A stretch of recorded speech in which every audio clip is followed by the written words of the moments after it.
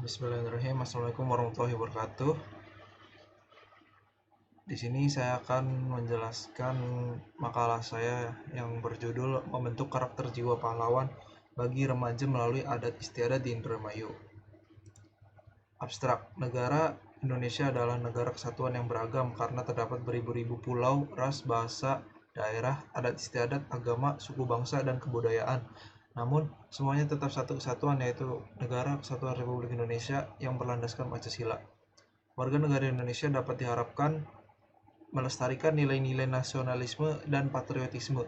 Tujuan dari penelitian ini adalah untuk menjelaskan mengenai adat istiadat yang ada di Kabupaten Indramayu sebagai rasa bangga terhadap budaya yang dimiliki. Metode penelitian yang digunakan adalah metode penelitian deskriptif dan kualitatif dengan memfokuskan masalah yang ingin dibahas yang berasal dari pengumpulan informasi, gagasan, serta materi yang didapat dari membaca, mencatat, dan menganalisanya, sehingga didapat kesimpulan mengenai tema yang diangkat. Pendahuluan. Dalam kehidupan masyarakat adat, nilai-nilai budaya membentuk karakter, diturunkan dari generasi yang lebih tua kepada generasi yang lebih muda melalui berbagai aspek kehidupan, misalnya keluarga, lingkungan keluarga besar, dan juga masyarakat di sekitarnya.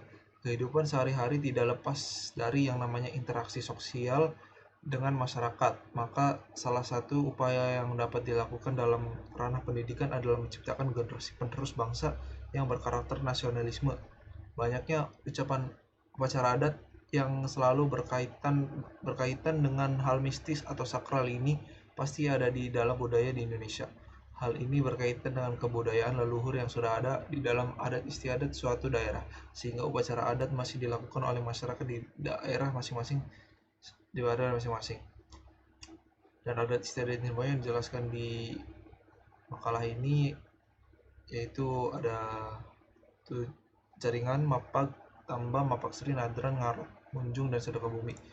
Pembahasan. Yang pertama, jaringan atau cari pasangan hidup. Jaringan merupakan sebuah upacara yang dilakukan oleh kaum remaja yang bertujuan untuk mencari pasangan hidup yang dilaksanakan pada malam bulan purnama. Kegiatan ini bertempat di desa Parean, Kecamatan Kandang Haur. Di Kecamatan Kandang Haur terdapat pasar yang bernama Pasar Jodoh. Lebih tepatnya berada di Desa Lebak. Sebenarnya nama asli Pasar Parean namun kini telah berganti menjadi Pasar Jodoh sejak bermula dari tradisi warga Desa Parean Girang yang berada di seberang pasar. Lantaran tak ada hiburan, saban malam minggu para kaum remaja di sana kerap keluar untuk melihat hiburan. Dalam menjalankan tradisi adat jaringan ini, para pria mengenakan kain sarung dan untuk wanita memakai kain rajutan sebagai daya tarik sendiri untuk memikat para pria. Asal mula jaringan sendiri dikaitkan dengan kebiasaan para nelayan yang tidak melaut pada bulan terang datang. Ini diyakini karena waktu terang bulan ikan-ikan di laut berdiam di dasar laut sehingga sulit ditangkap. Oleh karena itu, para nelayan berkumpul di Pasar Jodoh ini untuk menemukan pasangan hidup mereka. Mapak Tamba, upacara untuk mengusir penyakit hama saat bertani. Dengan membawa air suci yang telah didoakan ke dalam bumbung bambu, para petani menyiramkan air ke perbatasan sawah-sawah ke seluruh desa dalam menggelar adat Mapak Tamba yang merupakan sebuah upacara dilaksanakan pada masa tanam padi dengan tujuan untuk mengusir segala penyakit atau hama yang dapat merusak tanaman padi. Berdasarkan informasi yang saya dapatkan bahwa persediaan Mapak Tamba ini disediakan oleh masyarakat sekitar yang memiliki persawahan dan para petugas desa lah yang berjalan mengelilingi persawahan yang hampir sekitar 2 kilo. Adat ini sendiri sudah ada sejak dulu yang turun-temurun dilanjutkan hingga saat ini dengan harapan pada para masyarakat terutama kaum muda dapat melanjutkannya. Yang ketiga, Ngarot, upacara adat agar hasil pertanian berlimpah.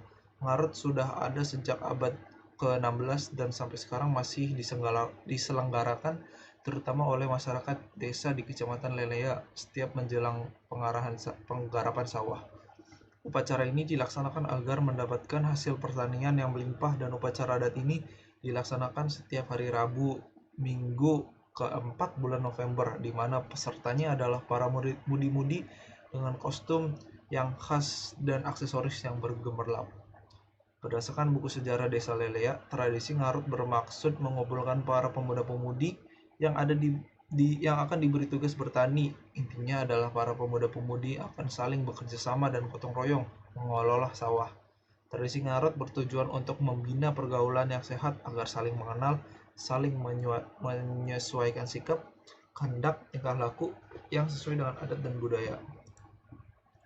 Yang keempat, ngunjung atau ziarah makam keramat, yaitu upacara syukuran yang dilaksanakan pada kuburan-kuburan yang dianggap keramat. Biasanya dilaksanakan pada bulan Syuro dan Maulud. Kunjung atau munjung berasal dari kata kunjung yang artinya mengunjungi makam leluhur sebagai salah satu wujud syukur masyarakat yang disertai untuk berdoa. Munjung juga menghadirkan sejumlah kesenian seperti wayang, cepak, dan tarian. Kelima, sedekah bumi atau rasa syukur petani kepada Tuhan. Sedekah bumi adalah upacara yang dilaksanakan oleh petani pada saat turun menggarap sawahnya. Biasanya dilakukan pada awal musim hujannya, itu sekitar bulan Oktober sampai Desember.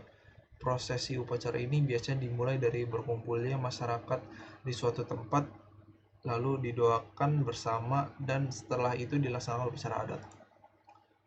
Jadi kesimpulannya, berdasarkan analisis dan pembahasan di atas bahwa masih banyak tradisi dan budaya yang masih kental di masing-masing daerah di Indonesia. Tentu saja kita sebagai generasi yang sekarang harus menjaga dan melestarikan budaya kita. Jangan sampai budaya dan tradisi yang sudah ada malah hilang atau bahkan dicuri oleh pihak yang tidak bertanggung jawab. Di Kabupaten Indramayu sendiri, termasuk di daerah saya, tradisi yang terkenal adalah nadran. Ini juga bisa dikaitkan dengan perjuangan para pahlawan karena sebagai bentuk menghormati perjuangan mereka yang telah gugur di dalam medan perang. Sekian dari saya, kurang lebihnya mohon maaf. Billahi taufik wal hidayah. Wassalamualaikum warahmatullahi wabarakatuh.